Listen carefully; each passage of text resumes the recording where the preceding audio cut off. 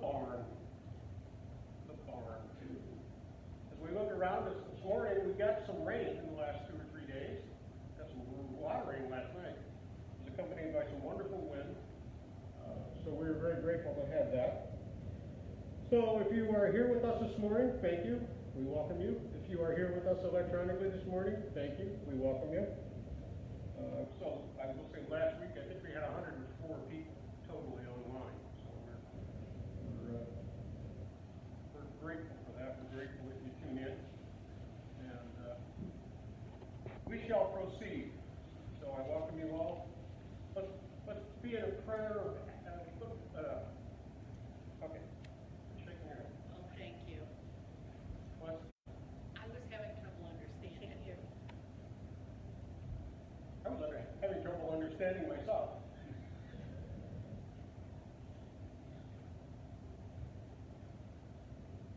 Anyway, well, this isn't on anyway. Is it on now? No. Is my microphone on? No, it's not. I was really doing well this morning, too. Now is it on? Is my microphone on? Yes. Now my microphone is on. Okay. All right. Well, again, real quickly, just to back up, welcome this morning. We're glad you could all be with us here at the barn or online. And I ask you to be in an attitude of prayer. As we listen to this morning's opening prayer,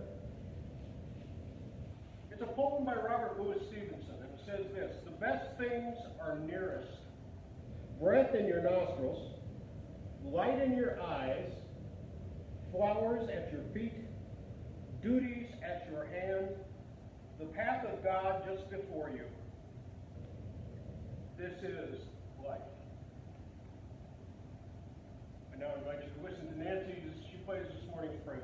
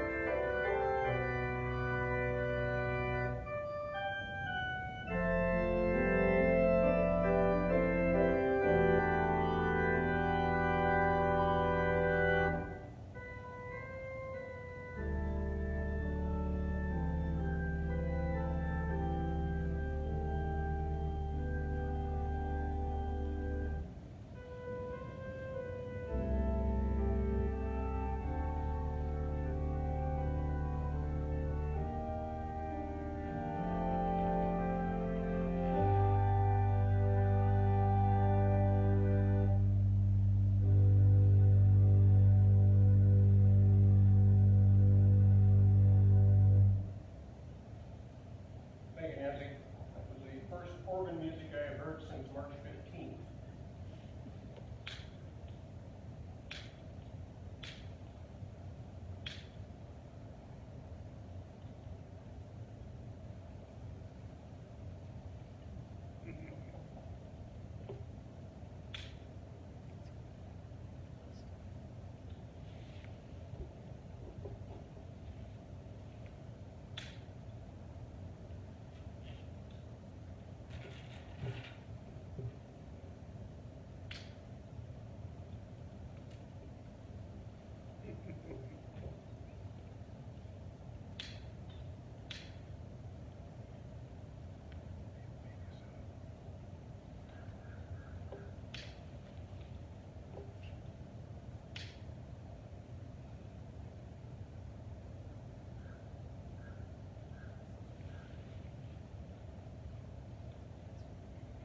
If any of you see Lois, would you let her know that a candle was lit?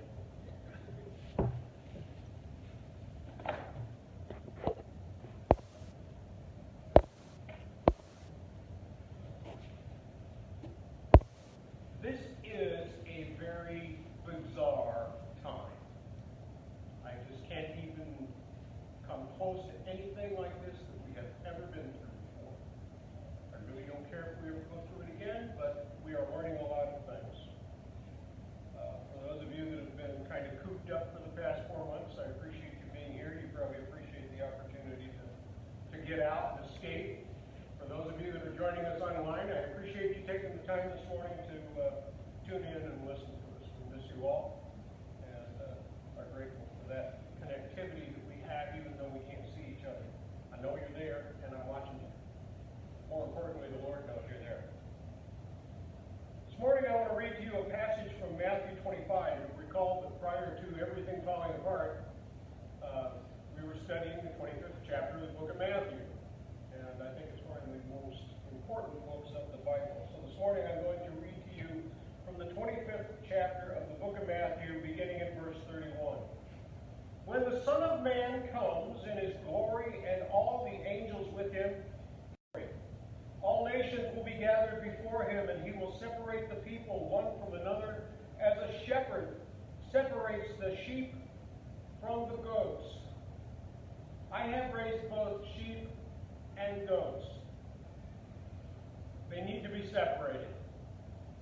I'm really not sure what Noah was thinking when he said, I'm going to put a couple of goats in the ark. He will put the sheep on his right and the goats on his left. Then the king will say to those on his right, Come, you who are blessed by my Father, take your inheritance, the kingdom, prepared for you since the creation of the world, for I was hungry, and you gave me something to eat. I was thirsty, and you gave me something to drink. I was a stranger, and you invited me in. I needed clothes, and you clothed me. I was sick, and you looked after me. I was in prison, and you came to visit me. Then the righteous will answer him, Lord, when did we see you hungry and feed you, or thirsty and give you something to drink? When did we see you as a stranger and invite you in, or needing clothes and clothe you? When did we see you sick or in prison or go to visit with you? And the king will reply, I tell you the truth. Whatever you did for one of the least of these brothers of mine and sisters of mine, you did for me.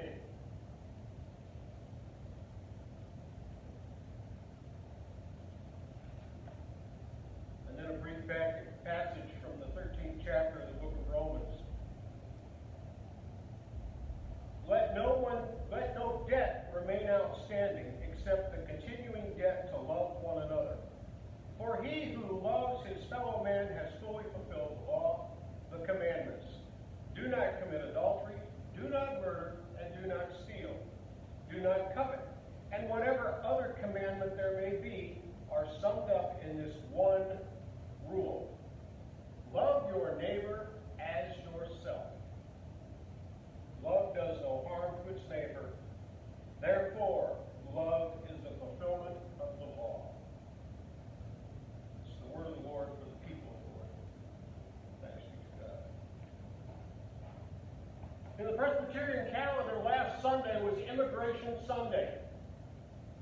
I intentionally chose to skip over that last week because last Sunday was our first Sunday back together in nearly 4 months. But this Sunday I'm getting back on track, at least with the Presbyterian calendar, and if any of you see other Presbyterians, tell them I'm being good. Okay? Following most of the rules. Most of them, anyway.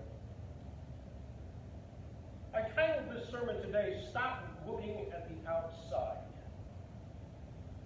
How often do we look at the outside of things and go, oh, I don't know about that. Don't know about that. How many people drive by an old house and go, oh man, that place needs some work? Any of you that have ever had an old house know you can drive by a house and go, oh, that place needs some work. But you don't know what goes on inside that house. You don't know, is there love in that house? Is there grace in that house? Is there peace in that house? Okay, so let's not panic. The porch looks like hell. The weeds are growing up. I've always said, if you got a yard full of weeds, it means you care about your family more than your yard. I remember a story that Yogi Berra told about his father. He and his father were outside in the front yard playing catch, and his wife came out and said, "You're killing the grass." And Yogi Berra's father looked at his mother and said, "What are you growing here, children or grass?" Always remember that. Always remember that. We are going through a lot of things right now. One of the things that I found the most irony was the recent demonstration at Mount Rushmore, where the people that were fighting the demonstrators and the protesters, who were all Native Americans, were yelling at them to go back where they came from. They miss it. They miss it. They're there where they came from. So you see, our North American immigration problems are nothing new. They began in 1492 with the arrival of Columbus. Then came explorers from Spain, England, France, and Holland. And they came to North America in search of new land and new resources. A place where they could escape persecution, a place where they could live free. The discoveries of new territory worked out well for the Europeans who arrived on the east and southeast coasts. It did not work out well at all for the people who were already living here. The old joke is, how could Columbus discover America when people were already here? Cortez came in and annihilated the Aztecs in Mexico in 1521. The Aztecs had cities that were bigger than any city in Europe. Huge cities, 250, 300,000 people. Pizarro came in and conquered the Incas in Peru in 1531. There were Indian tribes all across what was to become Canada and the United States. In the eastern woodlands, catch this list: the Algonquin, the Iroquois, the Penobscot. Are you close on that, Jim? Okay. Huron, Mohican, Pequot, Delaware, Powhatan, Tuscarora, Creek, and Seminole tribes lived in and raised families in lands from modern-day Maine to Florida, west of the Appalachian Mountains. Those people are already here. The Choctaw, the Shawnee, the Miami, the Potawatomi, the Ottawa tribes stretched from the Appalachians to the Mississippi River.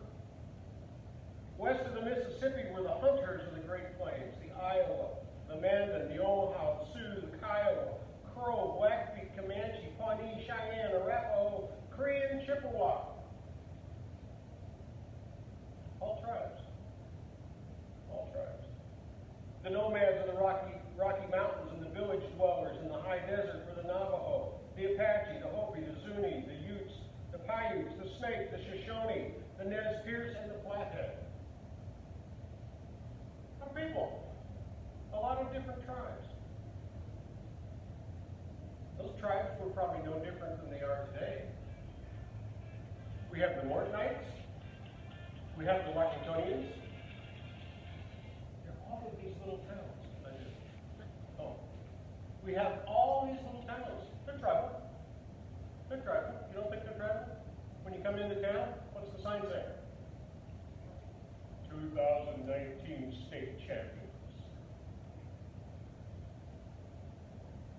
Now, if you want to have some fun, go over to Ledo, Illinois, in western Illinois. Their sign says, home of, and I can't remember the name, home of the state champion bull. Different settings, different tribes. But let us not forget the Indians that were on the west coast, the Gathering, the fishing tribes, the Chinook, the Yakima, the Modoc, the Pomo, and Mission Indians. This country was fully settled. Between 1525 and 1866, some 12.5 million slaves were shipped from Africa to the New World colonies and states. Of that number, only 10.7 million survived the journey. The thing that's important to remember and to understand, believe it or not, the Cherokee Indians owned slaves. They had slaves.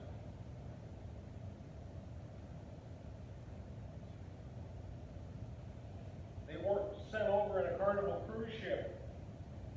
They were packed in the hulls of sailing ships for the journey across the ocean.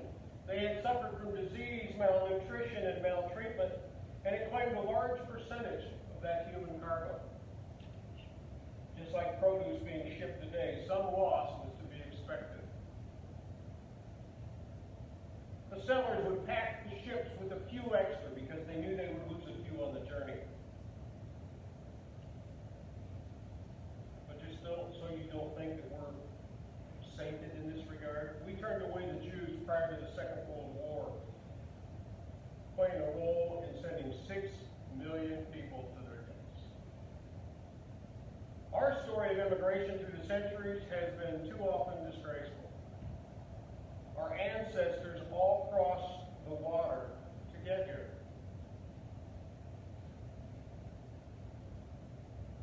We're not from here. We're immigrants. In his book Outliers, The Story of Success, author Malcolm Gladwell researched the number of Jewish and Italian immigrants in New York and tracked their work and the work of their offspring for 3 to 4 generations. Many arrived at Ellis Island unable to speak English, and with very little to offer, yet they all did. They raised their families in crowded tenements, worked 18 hours a day, 6 to 7 days a week, sewing clothes in what became the garment district of New York. While the first generation was moderately successful, it was the second, third, and fourth generations who reaped the benefit of their ancestors' work.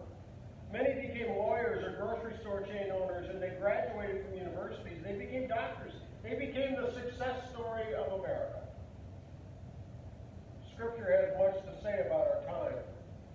The Bible yields references to hospitality, welcoming the strangers in a strange land. There are 8 references to hospitality, 73 references to the alien, and 45 places where we are to welcome others, and 769 references to love and joyful. Over the centuries, immigrants have arrived here in several ways from Europe, Eurasia, Latin America, and Asia. I already said Asia, Eurasia, and Asia. The first wave was 1840 to 1860. Immigrants from Ireland and Germany. They were the predominant people who came. Most were fleeing famine and starvation, and most were Roman Catholics. That didn't sit well with the Protestant population of the U.S. 4.4 million Irish and German immigrants came in those 2 decades. It nearly ceased during the Civil War, and interestingly enough, both the North and the South had Irish and German brigades that fought valiantly at places like Antietam and Gettysburg. In the U.S., if a person had money, you could hire an Irish or a German immigrant to take your place as a soldier rather than being conscripted yourself.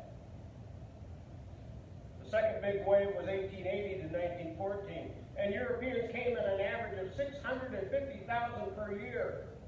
And Congress passed its first Control Act in 1882, fearing the new immigrants weren't fitting in. Where have we heard that message before? These people came here and didn't speak the language. Many could not read or write, and American workers began to feel isolated and losing their jobs to unskilled immigrants who were willing to work for much lower wages. Chinese immigrants were officially barred, but the powerful railroad barons were able to use Chinese labor to build the railroads. Most stayed afterwards and migrated to cities on the West Coast, such as San Francisco and Los Angeles, which both have large Chinatown areas yet today. Third wave was 1920 to 1940, which was slowed dramatically by World War I and the Great Depression. In fact, during the 1930s, more people left the country than entered. The fourth wave began in 1965 during the Johnson administration with the increased flow of immigrants from Latin America and Asia. Now, some of you are going, I didn't come to church to get a history lesson. Yes, you do. Every Sunday you come to church and get a history lesson. Every Sunday. This is history. This is history. And it ties to us today. We think, well, Paul's letter was to the Romans almost 2,000 years ago. Paul's letter was to us in 2020. Matthew was talking about the slaves. Matthew was talking about the people of Jerusalem. That's 2,000 years old. Giving someone food and water. That's today. That is today. So this is a 2,000-year-old history book. And if you go back to the Old Testament, we can go back 4,000 or 5,000 years. It's a pretty handy book to have around. And since we're kind of stuck at home and can't go anywhere, what do you think we could read? If you have never read the Bible cover to cover, you will never have a better time to do it than now. So as you can see, for more than half of this millennium, we have had an immigration problem. There's been a long, shameful legacy of abuse and discrimination to new people. When our European ancestors arrived in numbers some 4 centuries ago, we methodically pushed back, relocated, or killed people with red or brown skin. We brought in people with black skin to tend our crops and work our farms and plantations, growing our tobacco, cotton, cattle, and corn, wash our laundry, cook our food, and raise our children. We called the Italians WAPs. WAPs is an acronym. And it was used at Ellis Island. They would stamp on the Italian immigrants who came in. On their paper, they would stamp on it, WAP, which meant without papers. They had the audacity to come to the United States to escape what was going on in Europe at the time. And they didn't have papers. We called the Hispanics Spics because it sounded like no speak English. Wetbacks because they crossed the waters of the Rio Grande. And the Asians became chicks, gooks, slope snips because of their eye shape.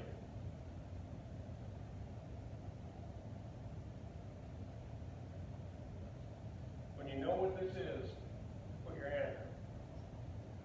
Not like the brazen giant of Greek fame and conquering lands astride from land to land.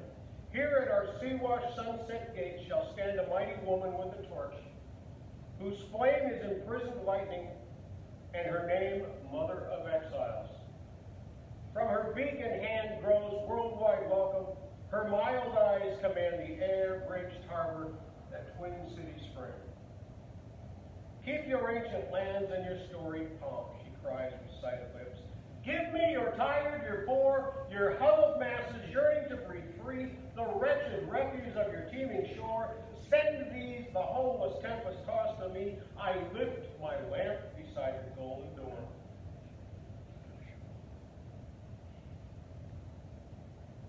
We were now we are here by the grace of God.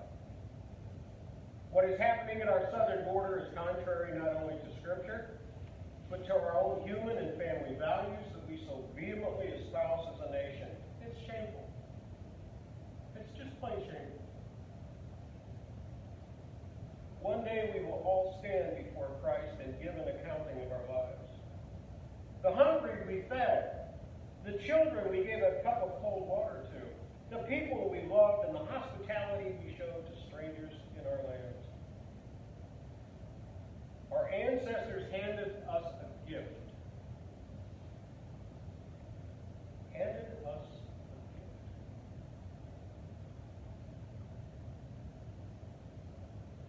Think about your grandparents, your great-grandparents, where they worked, how hard they worked, what they did to hand us something better than what they had. That gift they handed us, we need to pay it forward. Oh God, I have a room full of teachers and scientists and people that cared and made a difference. Who have fed children. Who have given people cups of water. Who have recognized that our lives are not about us. Our life is about our love for others. Amen. Last week in the prayer concerns, I was reminded that I neglected to mention a certain person's name. I did hear about that from that certain person, who shall remain nameless at this point in time. But it was by no means an oversight. If you're here last week, I stated my prayer concerns for those named and those who have been unnamed. Okay? That's kind of all encompassing. So, this morning, we have a lot of things on our mind. We have a lot of things to be in prayer about. There are a lot of people in our lives that are hurting. I think of Gary and Lois. I think of Corby and Carol. I think of those people with senior moments.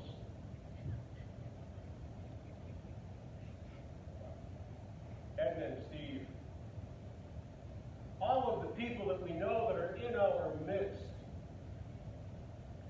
are tired, hungry, and lonely. Think of a young man by the name of Randy who yesterday at noon entered hospice.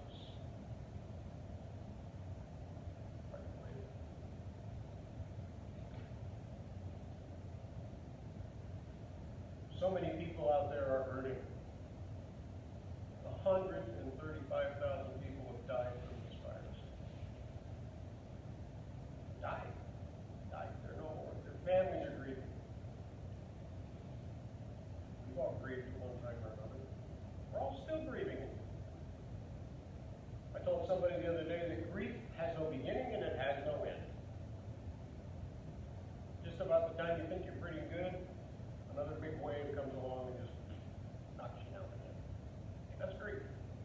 That's just the way it is. And we're here to help one another. So with those people on our minds this morning, be in an attitude of prayer as you meditate to the music Nancy's going to play.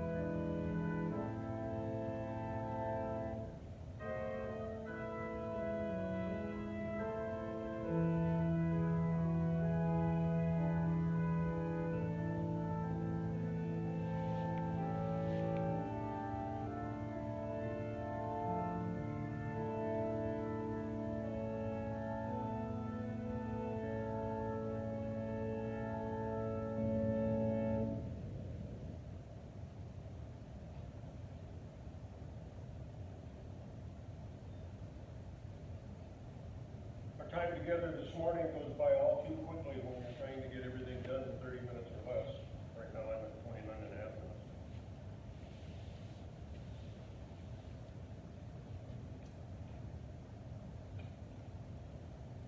began with a poet this morning. I'm going to end with a poet, Walt Whitman. It says, I give you my hand. I give you my love more precious than money. I give you myself before preaching or law. Will you give me yourself? Will you come travel with me? Shall we stick by each other as long as we live? Pretty serious questions there. You must have read Matthew too. It was wonderful seeing you this morning. I appreciate you coming out. Don't forget to wear your masks. Don't forget to wash your hands. Don't forget to social distance. All the things we're supposed to do. Keep in mind that all may change tomorrow. I don't know. We're going through this a day at a time. Bill, we need you here more than ever. Thank you. Mr. Grant, we need you here more than ever. Ann, we need you here more than ever. Sue, we need you here more than ever. Claudia and Andy, we need you here more than ever. Nancy, we need you here more than ever. Can we go? Helen, I don't know if they need you more than ever, but I know I do.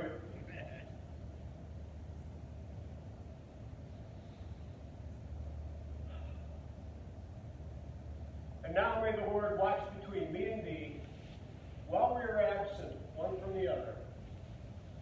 Go in peace. In the name of the Father, Son, and Holy Spirit, now and forever. Amen.